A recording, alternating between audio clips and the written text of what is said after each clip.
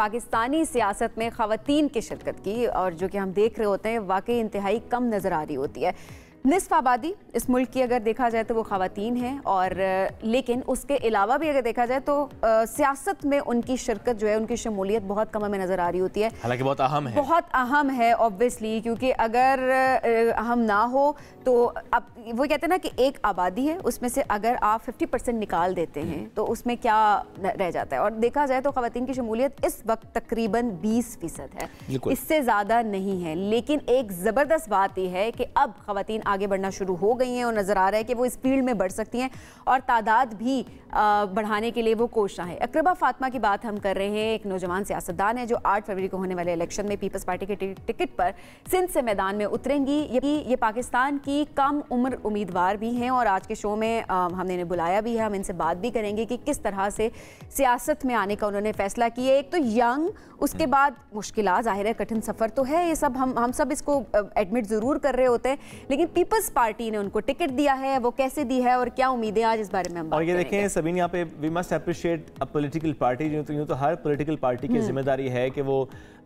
ख़वातीन को आगे लेकर आए इस मैदान में, लेकिन जब पीपल्स पार्टी की बात करते हैं, ज़ाहिर है पाकिस्तान के लिए या इस्लामी दुनिया के लिए बड़ा एजाज़ कि पाकिस्तान की पहली खातून वज़ीर आज़म ज़ाहिर ताल्लुक़ पीपल्स पार्टी से था। फिर हमने चंद रोज़ पहले जिक्र किया था कि पहली सवात से कोई खातून अगर सामने आई अक़लियती बरादरी से तो वो भी पीपल्स पार्टी सामने लेकर आई। तो पीपल्स पार्टी इस मामले में हमें नज़र आता है कि वो एक अच्छी सोच रखती है, स्पेशली ख़वातीन के हवाले से अगर देखा जाए तो वो आगे बढ़ाने की कोशिश कर रहे होते हैं, उनकी शमूलियत को मेक श्योर करते हैं। जो पॉलिटिकल पार्टी अच्छा काम करती है उसको हम जरूर कहते हैं वो अच्छा काम करे, पीपल्स पार्टी इस मामले में बहुत ज़बरदस्त काम। लेकिन अब ये ज़ाहिर बड़ा अहम हो जाता है कि एक तो किसी उम्मीदवार का चुनना वो सिर्फ इसलिए ना हो कि आप ये कहना चाहते हैं कि आप ख़वातीन को प्रमोट करें, फिर उस खातून के अपना एक विजन भी होना चाहिए। जैसे कि हम डॉक्टर सवेरा प्रकाश की बात की, ये खातून जो सवात से जिनका ताल्लुक अक़लियती बरादरी से, और आज हम अकरबा फातिमा की बात कर रहे हैं, कम उम्र तरीन उम्मीदवार, और ज़ाहिर उनसे हम जिक्र करना चाह रहे हैं कि कितना इंपॉर्टेंट हो जाता है ये कि आप किस मैंडेट के साथ, किस मंशूर के साथ अवाम में जा रहे हैं, क्या सोच है। दूसरी बात ये कि जब भी हम सियासत की बात करते हैं तो हमारे माइंड में आ रहा होता है कि एक्सपीरियंस्ड लोग होंगे, लोगों का जो एक माइंडसेट एक चल रहा होता है कि सीनियर लोग, वहाँ पर यंगस्टर्स के लिए अपनी जगह बनाना कितना मुश्किल है या फिर वाकई आसान है। इस हवाले से बात करते हैं। अकरबा फातिमा इस वक्त हमारे साथ मौजूद हैं। अकरबा, बहुत शुक्रिया प्रोग्राम में ज्वाइन करने के लिए। अकरबा, बताइएगा कि किस तरह से एक कठिन सफ़र शुरू करने का फैसला आपने किया कि कम उम्री में आपने इंतखाबात लड़ना है। Thank you for having me on your show. बिल्कुल आपने ठीक कहा कि ख़वातीन के लिए ये थोड़े चैलेंजेस होते हैं जो हमें अपनी सोसाइटी में ख़ास तौर पे फेस करने पड़ते हैं, वो भी एक मेल डोमिनेटेड सोसाइटी में। लेकिन मैं आपको बताऊं कि when I was very young तो मेरी इंस्पिरेशन शहीद मोहतरमा बेनज़ीर भुट्टो साहिबा थी। हम सब ने देखा जब वो इस मुल्क पर आई और उन्होंने वेरी यंग एज एक ज़िम्मेदारी ली भुट्टो साहब के बाद, और हमने देखा कि एक मेल डोमिनेटेड सोसाइटी में जब वो इंटर हुई तो उनके मुखालफिन ने कहा कि खातून है, कमज़ोर है, नहीं कर सकेगी। लेकिन फिर हमने देखा कि बीबी ने at such a young age 2 बार मुल्क की वज़ीर आज़म भी बनी, और सिर्फ वज़ीर आज़म नहीं बनी बल्कि उन्होंने एक रिकॉर्ड कायम किया कि वो मुस्लिम ममालिक की पहली खातून वज़ीर आज़म थी। तो मैं एक ऐसी जमात से ताल्लुक़ रखती हूँ कि जिसकी रहनुमा ने खुद एक खातून थी और उनकी मैं एक फ़ॉलोअर हूँ। तो बिल्कुल मुझे भी इन चैलेंजेस का सामना हुआ था। लेकिन मैं आपको एक और बात बताती चलूँ कि मैंने अपनी पार्टी से हल्के की सियासत खुद मांगी। आप जानते हैं कि रिज़र्व्स वगैरह भी होते हैं, लेकिन मैंने अपनी पार्टी से, अपनी लीडरशिप से, चेयरमैन साहब बिलावल साहब से मैंने मांगा कि मुझे हल्के की सियासत करने दें। एक नेगेटिव ये हमारी सोसाइटी में माइंडसेट क्रिएट हो गया है कि ख़वातीन ख़ास तौर पर जो हैं वो हल्के की सियासत नहीं कर सकती हैं, वो जिस तरीके से, क्योंकि उसमें ऑब्वियसली आपको बड़े चैलेंजेस का सामना होता है, आपको आवाम को टाइम देना होता है, उनके साथ उनके मसाइल, उनके दुख और सुख में उनके साथ खड़े होना होता है। तो मैंने कहा कि मैं बिल्कुल इस जिम्मेदारी के लिए तैयार हूँ और आप मुझे जिम्मेदारी दें। इंशाल्लाह आवाम का जो फैसला होगा वो हक का होगा। सही। अकरबा, आपके मुखालिफ उम्मीदवार कौन कौन से हैं, किसकी सियासी जमात से उनका ताल्लुक है, कितना टफ होगा आपके लिए?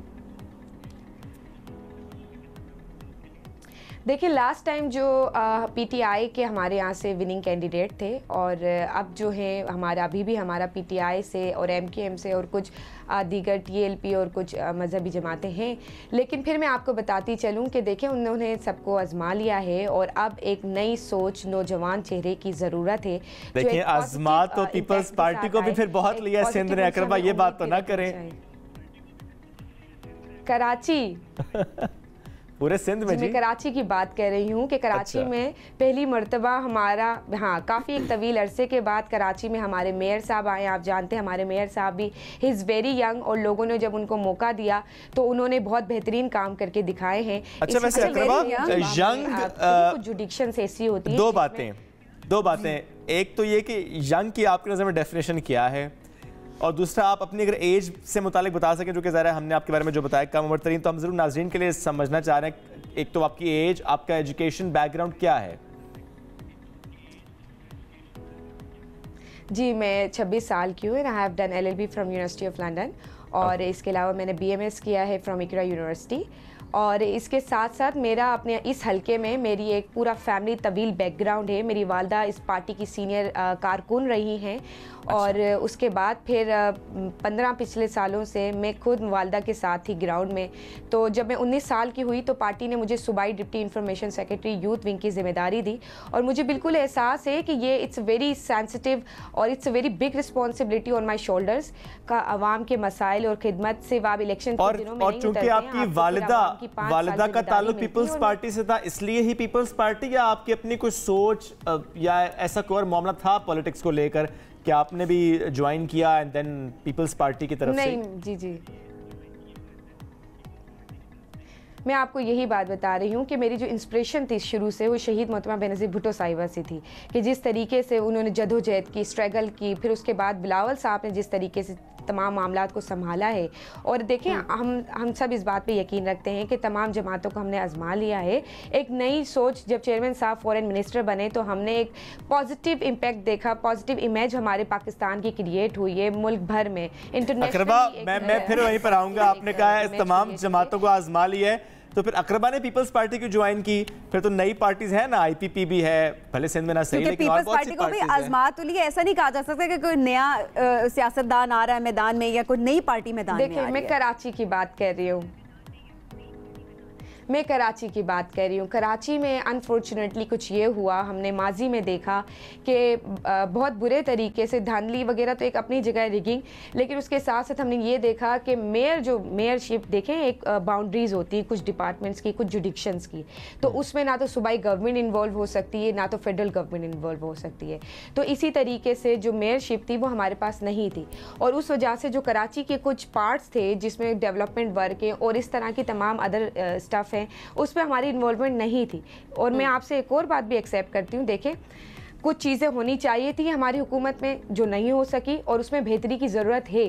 और अगर आप नौजवानों को मौका देंगे तो हम उनसे पॉजिटिव उम्मीद रख सकते हैं। अच्छा ये एक बड़ी अच्छी बात है कि आप पॉजिटिविटी की बात कर रही हैं, आगे कराची को आगे ले जाने की बात भी कर रही हैं। अच्छा अकरबा ये भी बताइएगा क्या करना चाहती हैं, क्या था नहीं हो सका और अब अकरबा क्या करना चाहती हैं सियासत के मैदान में आगे? देखिए हमें एक चीज़ सबसे पहले अंडरस्टैंड करने की ज़रूरत है, वो ये है कि हमारी पाकिस्तान की जो एक मेजॉरिटी ऑफ पॉपुलेशन है वो डिपेंड करती है 65% ऑफ यूथ पर। तो जब यूथ को मौके दिए जाएंगे और हमारे जो फ्रेशली ग्रेजुएट्स हैं वो बेरोज़गार हैं, तो जब यूथ को मौके दिए जाएंगे, उनको स्किल्स डेवलपिंग दी जाएगी, उनको जॉब अपॉर्चुनिटीज़ दी जाएंगी, उनको ऐसे मौके दिए जाएंगे जहां वो अपनी स्किल्स को यूटिलाइज़ कर सकें, तभी ये मुल्क तरक्की कर सकता है। देखें एक प्राइमरी नेसेसिटीज़ जो इश्यूज़ हैं वो हैं, जिसमें बिजली है, गैस है और महंगाई है, ये तो बिल्कुल प्राइम इश्यूज़ है, लेकिन इसके साथ साथ हमारा नौजवान जो सफ़र कर रहा है तो वो उसको हमें हल करने की, उसको देखने की ज़रूरत है। और मैं समझती हूँ मेरा ख्याल है कि इन मेन जो प्राइमरी इश्यूज़ हैं इन पर अगर काम करना शुरू कर दिया जाए तो सारी आसानियाँ आ जाएंगी नौजवान के लिए कि वो खुद भी रोज़गार भी निकलना शुरू हो जाएगी, अपॉर्चुनिटीज़ निकलना शुरू हो जाएंगी। तो प्राइमरी उस पे चीज़ों पे फोकस करना मेरा ख्याल है वो भी बड़ा ज़रूरी है। बिल्कुल बिल्कुल, आप ऐसे ही बात है। लेकिन अब ये है कि इंशाल्लाह ताला नौजवानों को मौके मिल रहे हैं, और मैं सिर्फ पीपल्स पार्टी की बात नहीं करती हूँ, तमाम दीगर जमातों को नौजवानों को मौके देने चाहिए। नौजवान ही मुस्बत सोच लेके, पॉजिटिव सोच लेके आगे आएंगे, क्योंकि जब आप एक इतनी बड़ी मेजोरिटी 65% ऑफ यूथ को नेगलेक्ट नहीं कर सकते। जब नौजवान आगे आएंगे अपनी सीनियर्स की रहनुमाई के साथ, बहुत अहम बात है नौजवानों का आगे आना। रहनुमाई के साथ तो जरूर। लेकिन बस एक जुमला, अपनी मुहिम कैसे चलाएंगी? ये बस आपको लगता है कि सिंध है, पीपल्स पार्टी है, हो जाएगा? नहीं, बिल्कुल ऐसा नहीं है। मैं अवाम की ताकत पर यकीन रखती हूँ, और हमें बहुत पॉजिटिव रिस्पांस मिला है। फ्लड बीच में आया, कोविड आया, मैं हमेशा अपने लोगों के साथ यहाँ मौजूद रही हूँ। ये इलेक्शंस में उतरना और फिर गायब हो जाने वाली बात ही नहीं है, क्योंकि हमारा यहाँ पर फैमिली बैकग्राउंड है, तो मैं कभी भी भागने वाली नहीं हूँ यहाँ से। ठीक है, all the best, all the best. साथ मौजूद थी, हमसे गुफ्तगू कर रही थी।